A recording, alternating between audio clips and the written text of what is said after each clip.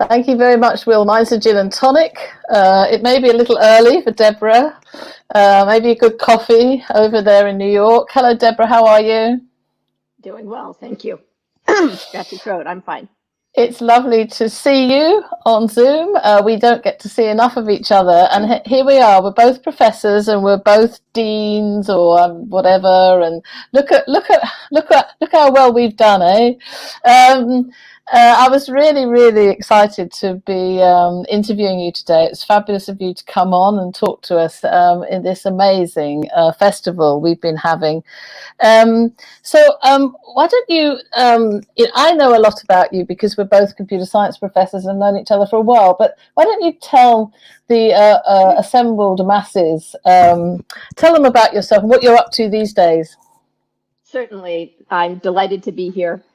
And I will say that many times when I was invited to international events at the last minute, I wished I could just video over. It wasn't Zoom at the time, it was something else. Of course, this time I'm sad that none of us had any choice. So it's a lot about choice. Where am I now? I'm, as you said, I'm professor of computer science at Cornell Tech. And I'm in my 8th year since I moved from Los Angeles, where I'd spent much of my life in California. And I came to join this adventure that is still going on and is still pretty fresh, called Cornell Tech, which is a campus of Cornell University in New York City that focuses on all things digital and computation, and has a faculty that's very engaged with the outside world, from community engagement and public interest engagement to commercial engagement.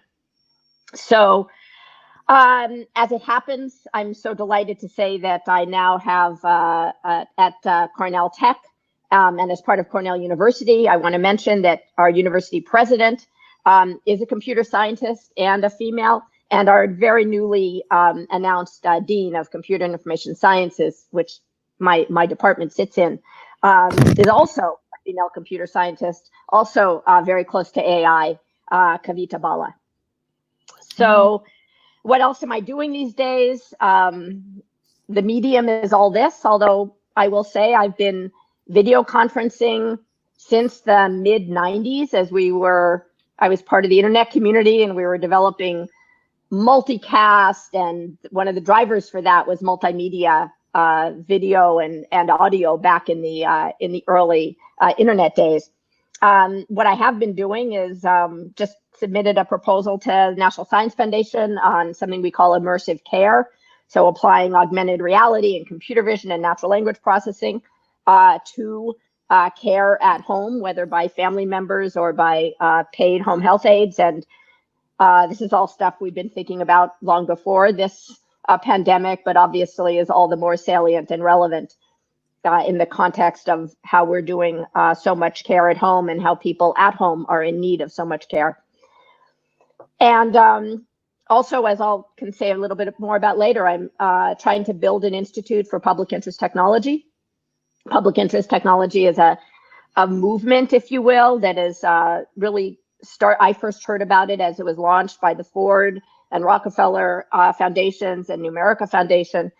And I think it's a really important recasting of elements of the technology profession, our initiatives, our training to be focused on issues that are of the public interest. Thank you. I see you're just like me. There's no thought of retirement anywhere on your, this is new institutes, big new grants. It just gets bigger and bigger. I think I read somewhere that you were the first appointment for Cornell Tech in New York City. Was that right? I was the first academic hire, the first person to take that risk and just decide to do it. A lot of people thought it was a risky thing. It didn't seem risky to me. We're part of Cornell University, which is an incredible university with a great tradition, and the computer science department is excellent. Their formation of the information sciences that they did so early on is excellent. So a bit of an adventure, but not a risk. I worked with Cornell on open access back in the day.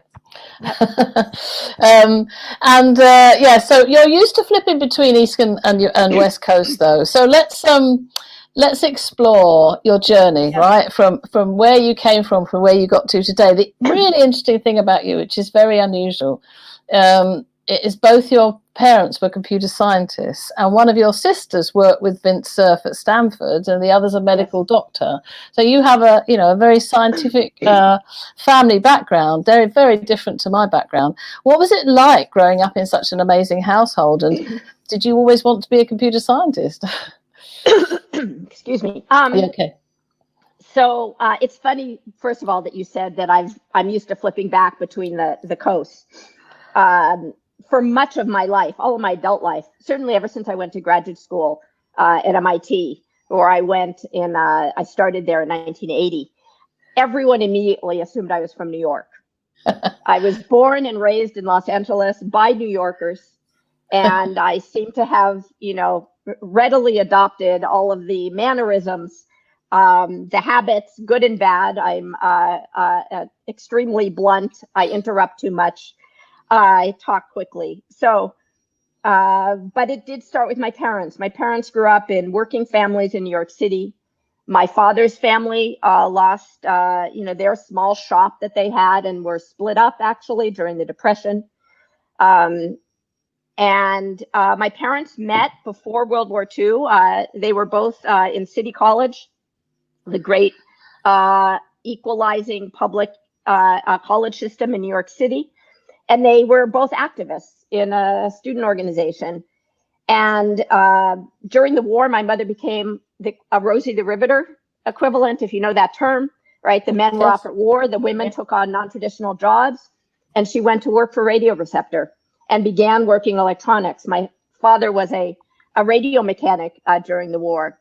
And so after the war, they decided to leave politics and activism and history and the various things they'd been studying as younger adults, and they went to University of Wisconsin and did on the GI Bill, and did their bachelor's, master's, and PhDs. There was no discipline of computer science to study yet at that time, so it was in electrical engineering. And that tells you something. They were both avid, intellectually engaged, interested in impact, and activists, and really very much feminists. And that's something that both my parents have passed, and my mother, my father in 2012, my mother in 2014. And in going through their files, I grew up with them. I experienced their feminism. I did not have to be very creative about deciding what I might want to do or what I felt compelled to do in life. But I was certainly very, very fortunate to be brought up in a family that was so encouraging and insistence on notions of equality. So my sisters inspired me and are my best friends and mentors to this day. Judy, who, as you mentioned, did her graduate work with Vint Cerf and worked on early predecessors of TCP and of local area networking, and then was a real force to be reckoned with in Silicon Valley, serial entrepreneurship. And my sister Margot, the doctor. So these days, as I work a lot across both digital and health, they both bring me tremendous inspiration. I wonder if this is a good time to. Yes, why not? I was going to say, well, we're on the history bit. You have a lovely letter from your mother, which tells us that things are the same today as they were then, or vice versa. Yes. So let me tell you, we could spend a whole thing talking about the letters that I found in my mother's files. But this one is just incredible. It's not a letter. It's a photograph I took of a printed copy of a paper that she published.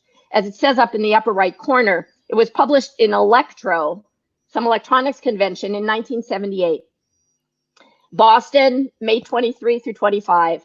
And the title of the paper is Upward Mobility and Career Development for Women Engineers.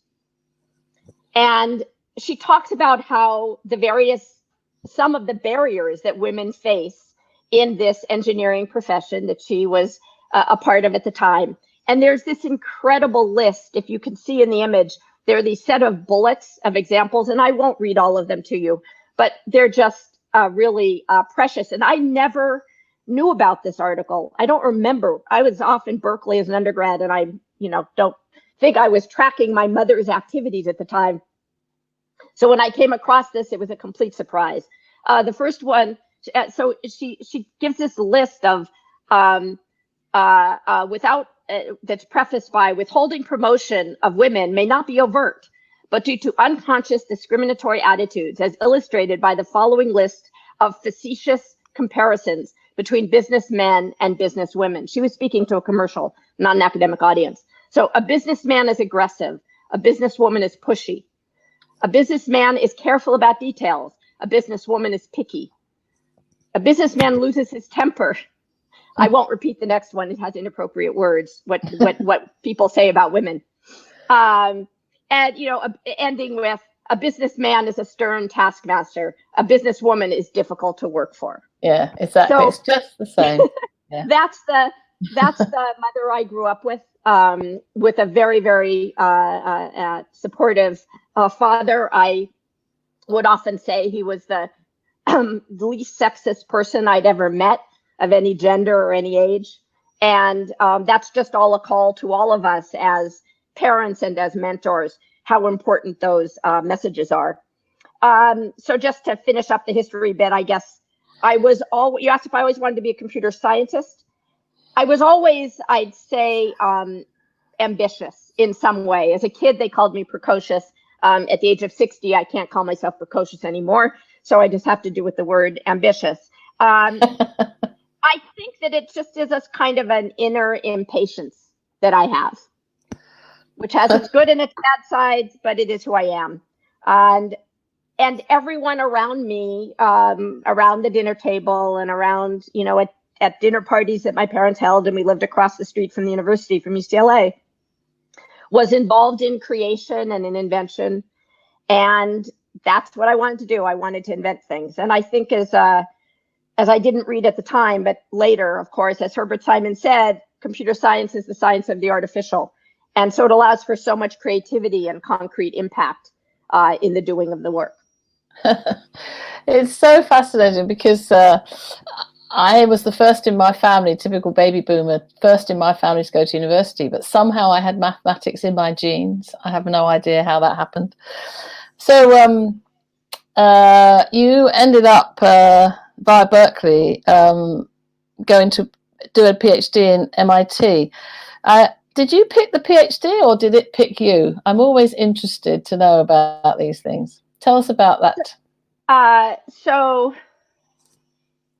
it's always a little bit top down, bottom up. So I chose to go to MIT out of Berkeley. I had been an electrical engineering computer science major at Berkeley, but there was this activist thing inside of me, and I was intrigued and cared about the impact of technology back in that day.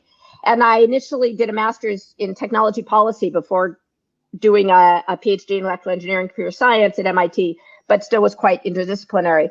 So I looked for it, and that I was looking for things that were sort of at the edge and interdisciplinary. And I have huge respect for theoreticians.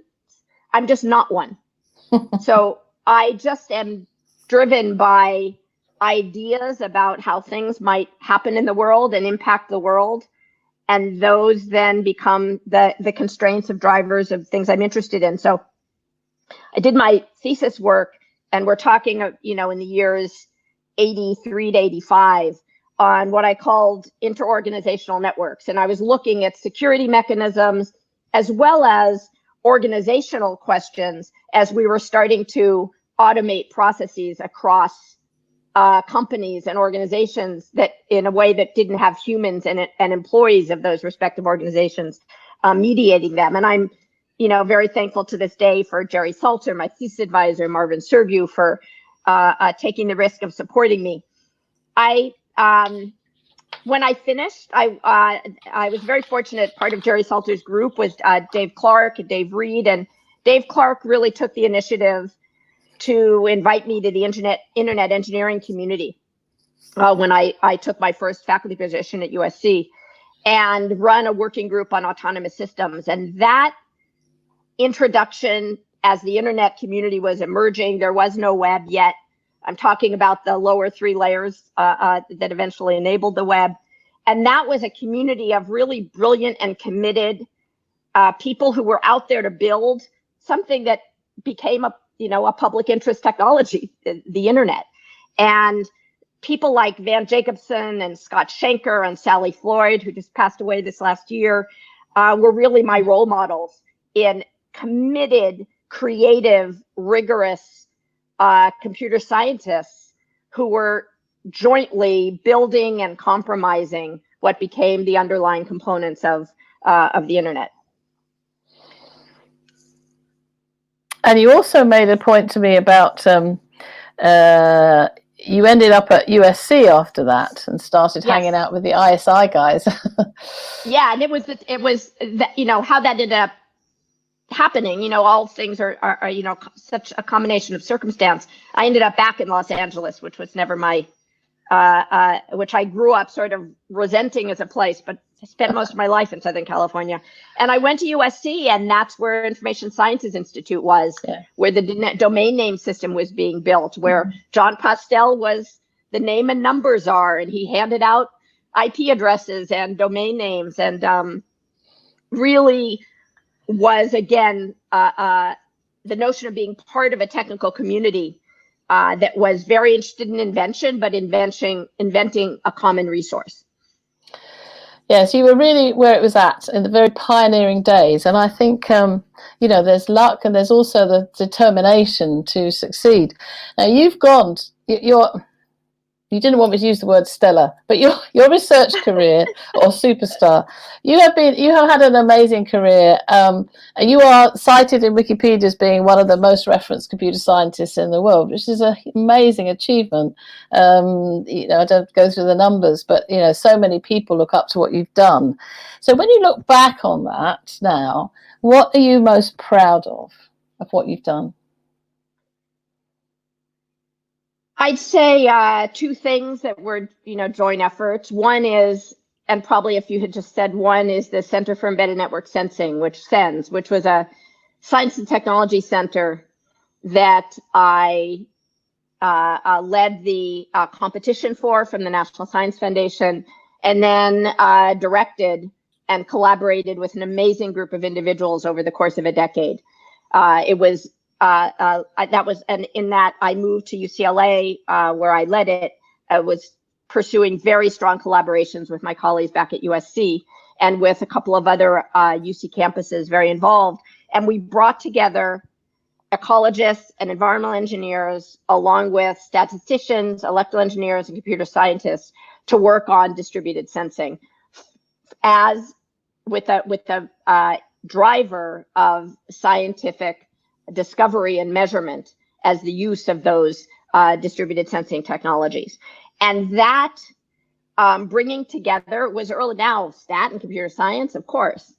That wasn't sort of the thing. Stat wasn't sexy yet at that time. But because we had brought these ecologists, environmental engineers who needed to be able to observe and measure the previously unobservable below ground and above ground at fine spatial resolutions with a mix of sensor types, that all created such a multimodal, noisy assortment of data that it, out of necessity and later, great success, brought in statistics. When were you doing this work, Deborah? From 2002 to 2012. So it was very early. You were in that space very early. Yes.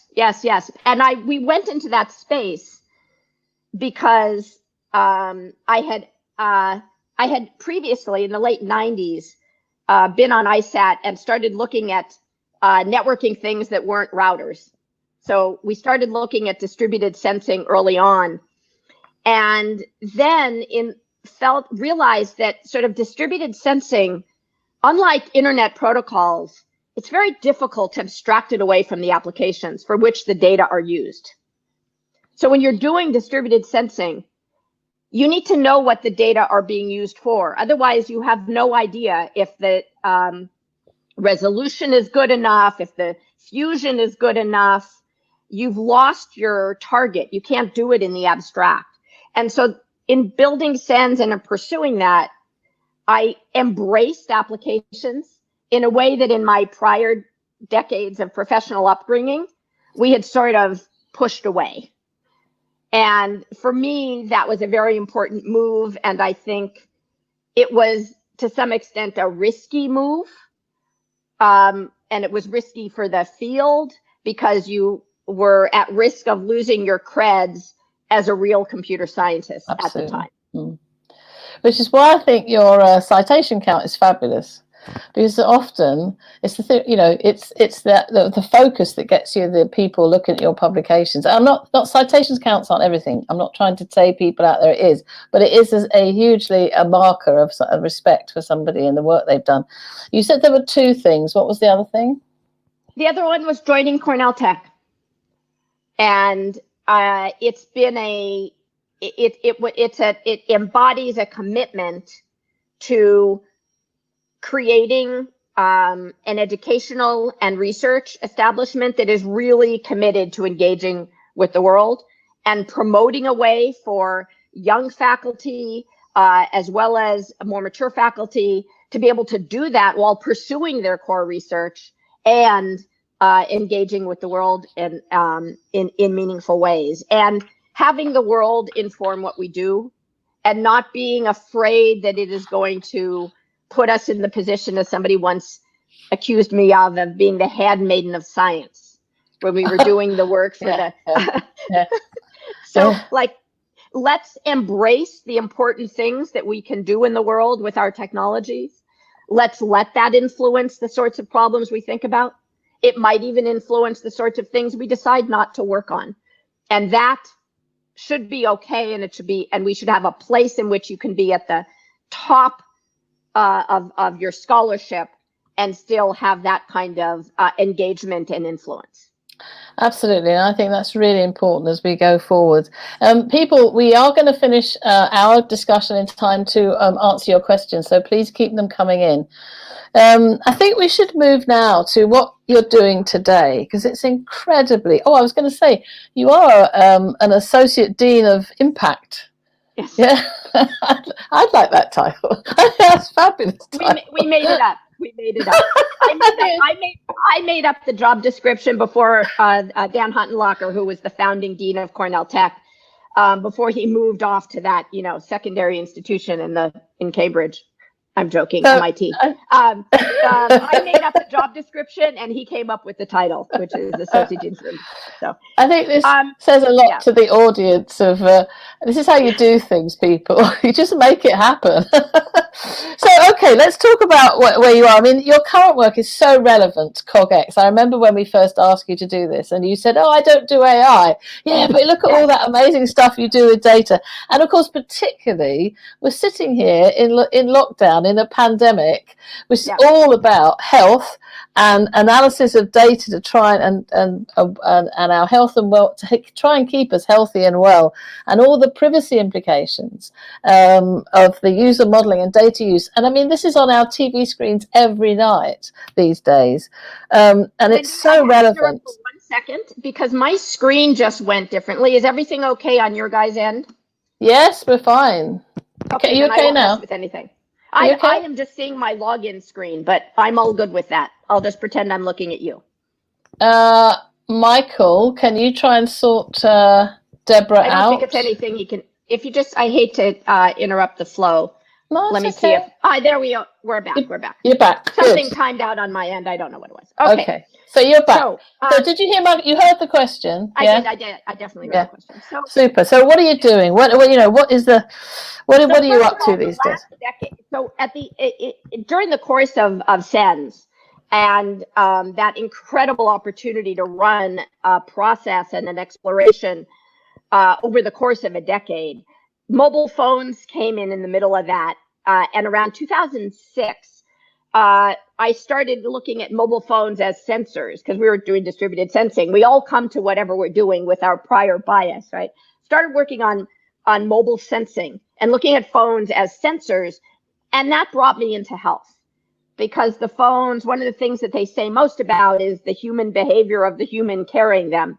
And the opportunity to look at both passive and active data that come from our mobile devices as an input into understanding the individual and how they're responding to a medication, helping them adhere to some health behavior, from physical therapy to exercise to better sleep. I'm wearing a wearable on my finger. So that whole emergence of mobile, wearable, digital health is something that's happened very much over the past decade, but it's been sort of ready to be used for at least half that time. And it's really this pandemic that in my country, with its, let's be appropriate here, with its interesting healthcare system. Oh, healthcare system. Yeah. Yeah, I mean, there has not been an opening for virtual care. I've given more talks about this work. I was reflecting on this in the UK over the past couple of years than I have in the US because of the difference in the structure of your healthcare system. So now is the time. Virtual is being used. Virtual is to some extent being used even when it would be better if somebody could actually, do some hands-on labs and examination. But there is so much opportunity for individuals, from prevention to chronic disease management to recovery, to make use of the technology we already have, this technology, as well as technologies of augmented and mixed reality that are going to let us do things at a distance. And in particular, when we take into account that fortunately most people are not going through a recovery or aging alone. That we want to be aging in place, but we don't want to be alone. We have family caregivers who live with us or who come and visit. We might have home health aides, professional caregivers, and technologies that let the people near us help take care of us. I'm very interested in that last meter, not necessarily being a robot, but being assisted with projection and the virtual reality on the side of the expert that's helping to give the instructions, of AI in asynchronous mode, helping somebody do repeated things well and give tips on angle and direction and sensitivity and what's the procedure for changing the bandage. I think it's just an incredible time to take what's been happening in the world of natural language processing, computer vision, and AR, all these AI-based contexts, and I hope we can finally bring them to these application domains that, coming back to your comment about citation count, are a little harder to publish around. So one of the things that I've worked on over the last number of years is I sort of had this slightly attitude-based term, small data, that came out of it, that came about in a TED-Med talk I gave in 2013.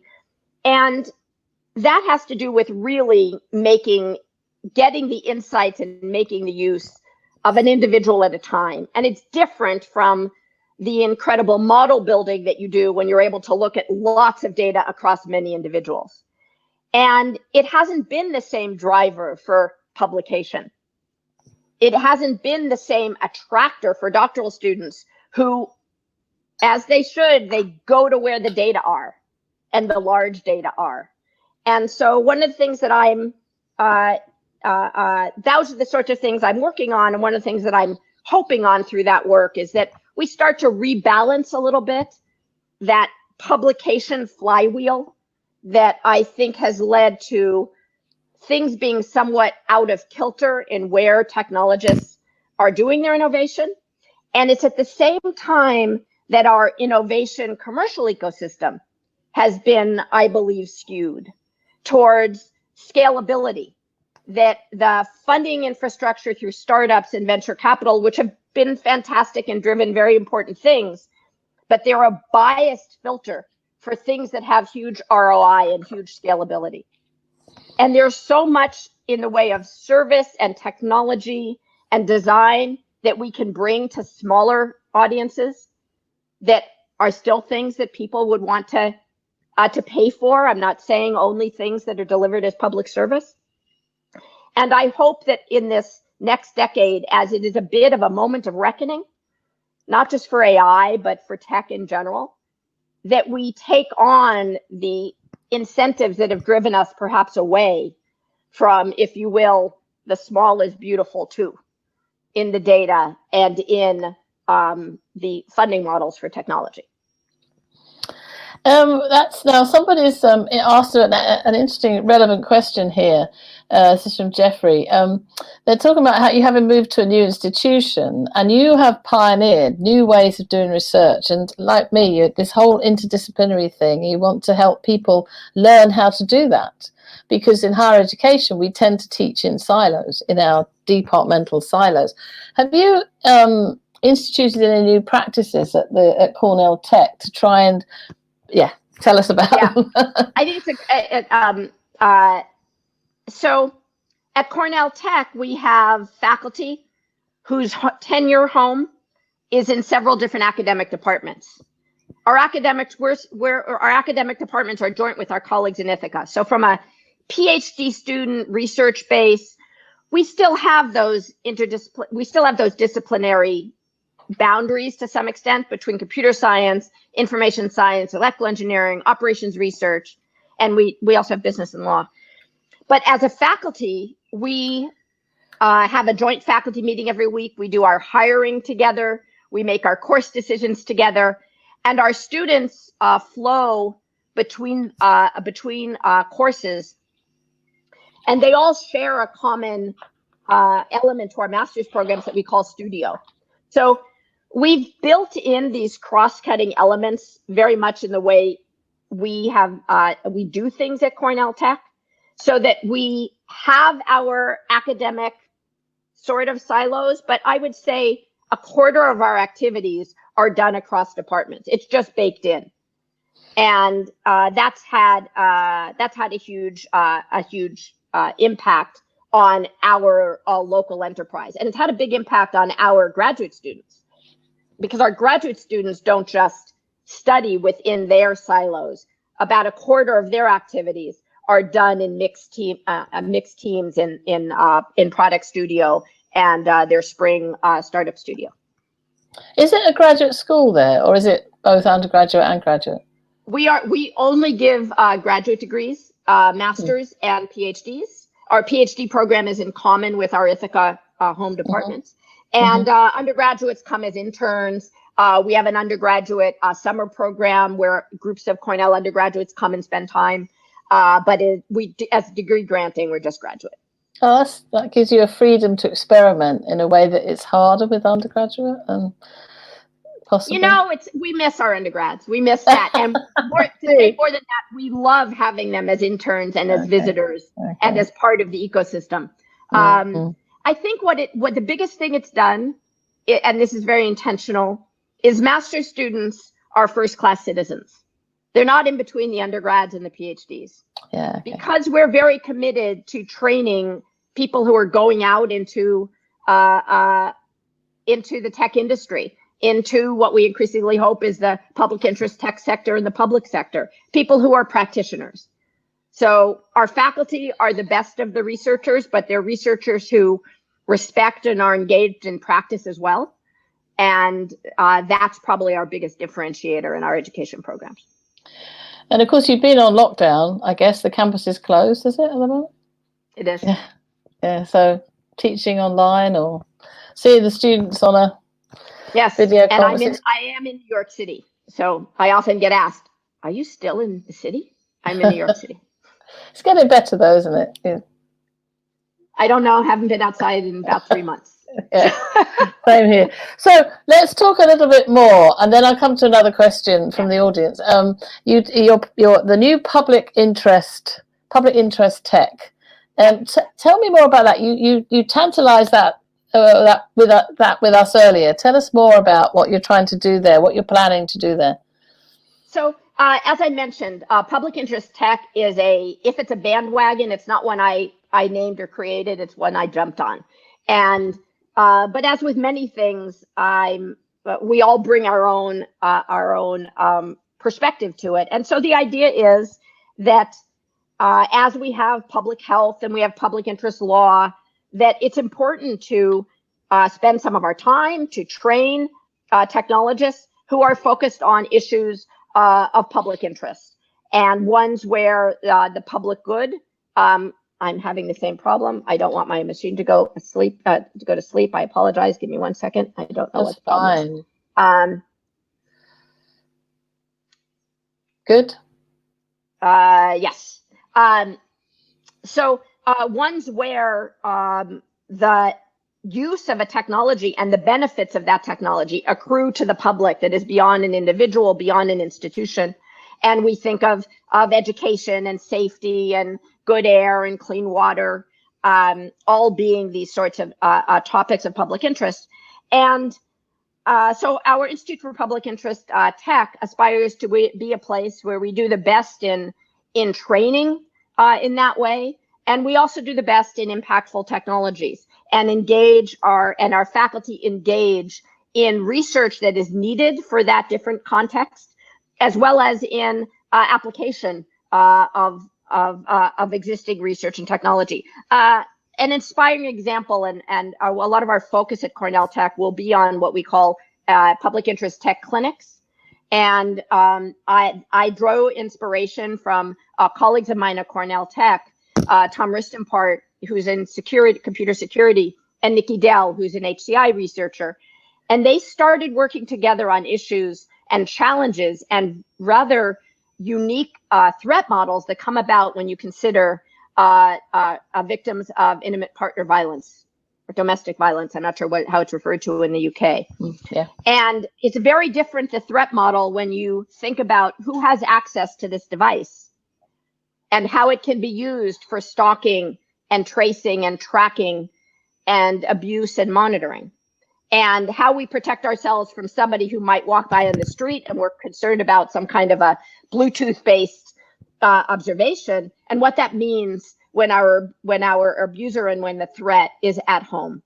And so they started working. They've published papers from HCI to new security mechanisms, and they developed something called CETA, but it was an IPV tech clinic where they work with the local New York City agencies who serve their clientele who are victims of intimate partner violence and help go through. Now they have students who work in the clinic. It's now virtual, and help people look for spyware on their phone, take the necessary precautions to work against that stalking and tracking and spying technologies. So that took the best of the folks on the technical and the human-centered computing side to come together and think through problems and solutions, and to carry it through to serve a public interest need that no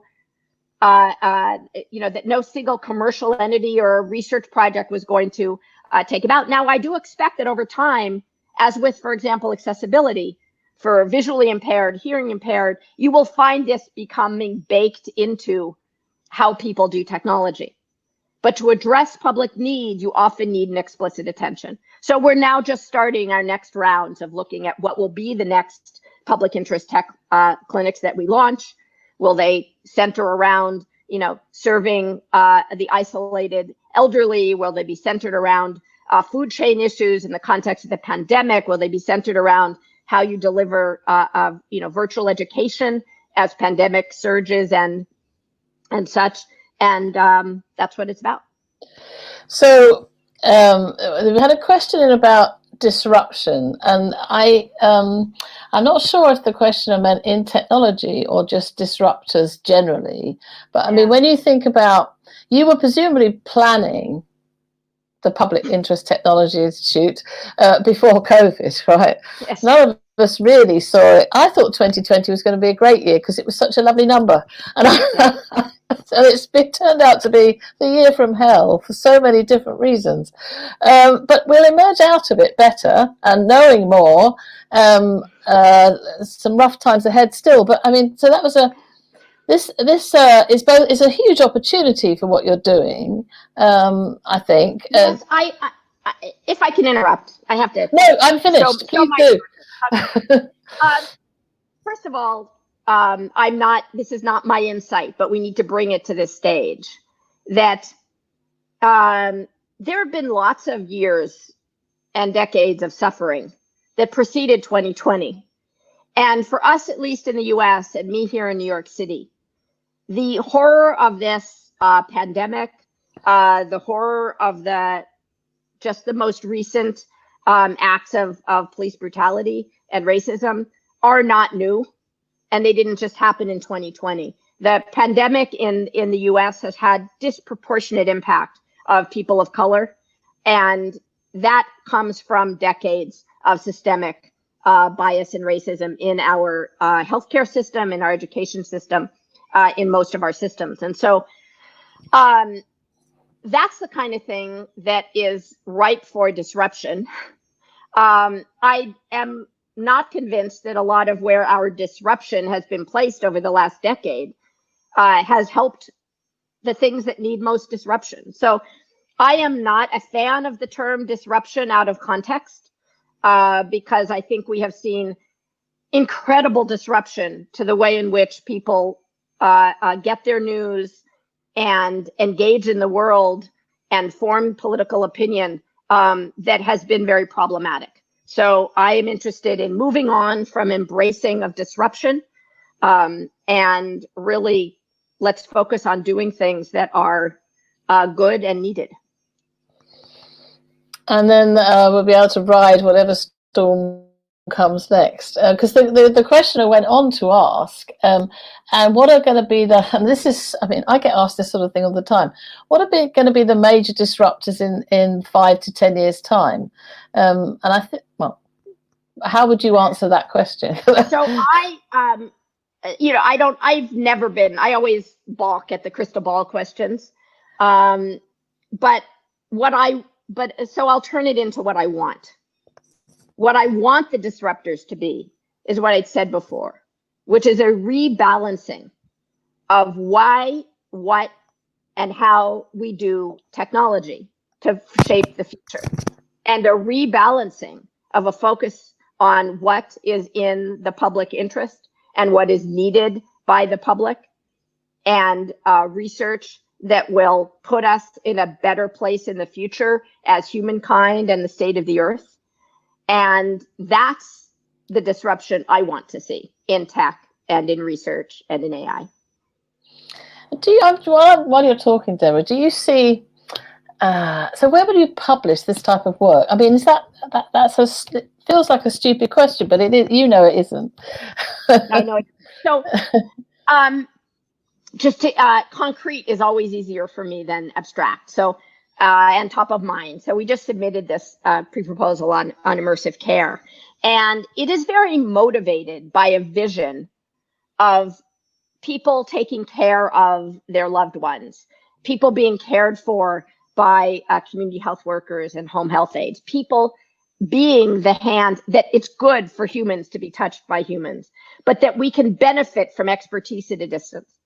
And in order to do that, there is the underlying, that's not what today's augmented reality can do.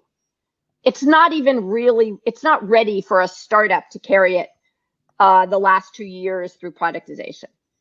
Because in the wild nature of what happens in the home, cluttered environment, the untrained nature of the human users, it then comes down to the core research that's needed in computer vision, in graphics.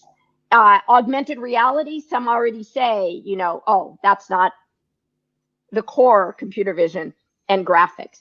In the natural language processing and conversational guidance and understanding that's needed to underlay the guidance that you're going to get at a distance and asynchronously from intelligent agents. So we are motivated by these applications, but we pull them back to the work that needs to be done in order to make progress towards them.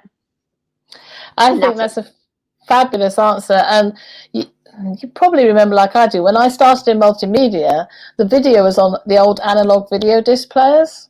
Yeah, and CDs and digital didn't exist. And what we were doing, talking about the sort of systems we're using today, was just science fiction.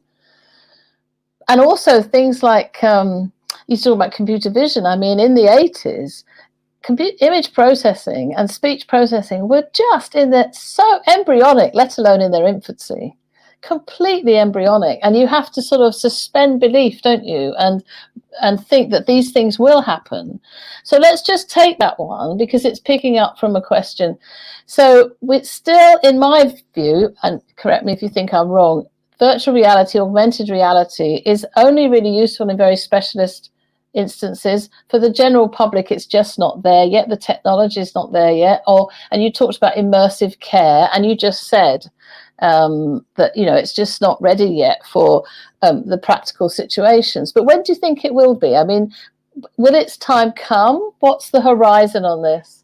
Yes, and I think it's actually we have to. It's context really matters, right? So we can't. So look, virtual care and being able to consult with an expert and do this conversation is already, like, that's working in this two-dimensional two-dimensional form, right? Yes. And virtual reality, in support of entertainment for those people who are not motion sensitive, or there's actually a great work I've heard about work in the UK and certainly in the US, and even interventions that are happening for people to try to remap trauma, to try to visualize differently. So there's a place where just today's heads-up display virtual reality is moving in step by step in the context where it fits how people can be cared for. And there are also technologies that are emerging in more elastic and forgiving applications. There is a company that supports remote repair. So you're trying to figure out how to fix something, you know, in your plumbing or with some setup of some electronics, and it's really very good AR through, you know, the screen of this thing that shows you, and that's, so it will come in step by step into the things that are doable. Yeah. And I would say 5 years from now, we will have more direct, the beginnings of things, you know, that are helping somebody come and, you know, correct my posture as I'm doing some physical therapy to recover from a rotator cuff injury or whatever it might be. So we're already seeing smart mirrors and interactive gyms in that thing. So you're starting to see that come forward. And we'll start to see those projection-based technologies and haptic response and those things start to get integrated. Yeah, wonderful, wonderful answer. Now I think we're coming up closer to the top of the hour. So I'm going to ask you the question. It came from the audience, but it's the one that we always get asked. So I'm going to ask you, what's your top piece of advice for young people today? And, you know, it's hard. It's a different world to when both of us were starting out in our research careers. Very different world. And we both went through the maths route, effectively. You went what degree was your first degree? Electrical engineering, computer science. I was always Yeah. So I was a pure mathematician originally. Yeah. So, you know, so what's your top advice for you? We're sort of the role models in this field now. What's your advice for young people who want to, especially women, about going into research today? What would you advise? What's your top advice for them? Yes. So you'll have, first of all, my top piece of advice, I don't like giving advice, but there's one piece of advice that I give to everybody unsolicited, which is a comment, which is that cynicism is cheap. And it's something that my father would always say. And it's a very deep belief I have that in these very challenging times, it is easy and easier to become cynical. And we need to fight that every day. So back to your question. You will have doubts. I remember my first conversation with Barbara Simons, who was later president of ACM. Yeah. When I was an undergraduate, I think I was 17 years old at Berkeley. And she came over and started talking to me. Maybe I was a sophomore, 18. and she had my first conversation about imposter syndrome. I'd never heard the term. And I think the advice of, we all have self-doubt. Thank goodness. I find people without self-doubt just simply insufferable. And you hear those voices, you nod at them, you recognize them, and you move forward. And you bring what you have to bring to the world. Learn a lot, learn deeply, and try to be involved in things that you believe are important. And be willing to take risks, but build your base. Start off by building your base, build your toolkit. It's going to let you change the world for the better. But to have some patience, which as an impatient person is slightly hypocritical, but that just is that's a lovely way to put it. Was Barbara one of your mentors? She was a PhD student at Berkeley when I was an undergrad. Oh, right. And she started something called Women in Computer Science and Engineering. And I was the token undergrad in that forming group. And yeah, we're talking 1978, 79. Yeah, I remember those years. We were discovering then. We were discovering then how few women were going into computing in those. Well, I wasn't. I was in maths still then. I moved in later, but there weren't many women there when I got there. But so I'm just going to finish with the question about, because as well, we're in the research talk session, but there's been an amazing global leadership summit going on at CogX. And I think of you as a global leader. So it was, it's just about leadership styles, really. You've talked about being impulsive, but how do you obviously build teams. You're good at it. That's what you're doing now. So how do you do that? And what sort of leadership style do you think you have? Yeah, I think authenticity. I do it because we need teams to do things, and people that I work with have so much to say, and I have so much to learn from them, and the collaboration brings so much. I don't know how to do anything by myself. I don't want to do anything by myself. Maybe that's decades of working with PhD students who have been, such close colleagues of mine from, early on when they were doing their PhDs. And so I think leading with authenticity, and some of the people I've mentioned, Dave Clark as an internet visionary, Tim O'Reilly as an industry visionary, Atul Gawande as a healthcare visionary, and then just closer to home, my own university president, Martha Pollack. She leads with such authenticity, brilliance, does not need to be take all the hot air, either inject it or suck it up. And she's just leads with a heart and a brain and integrity. And that's the form of leadership we need more of. I did notice, Deborah, that when you were talking about sends, you said we, right? It's the team piece that's so important. I always try to do that as well. There's a lot of people in our world who don't do that, and I think it's that inclusivity, I think, is really important. I mean, we're looking at people like the Prime Minister of New Zealand. I mean, there's been a lot of good women leadership in this COVID crisis. Many of the women there have shown their true colours in being really, really fantastic leaders at this time of crisis. Yes, and I do want to say that just, coming back to where for me it began with my parents, they were both, and they worked really hard to bring women into the field during their time as professionals. And long before that, they were civil rights activists when they were in college and afterwards. And I will say that diversifying gender, yes, so important.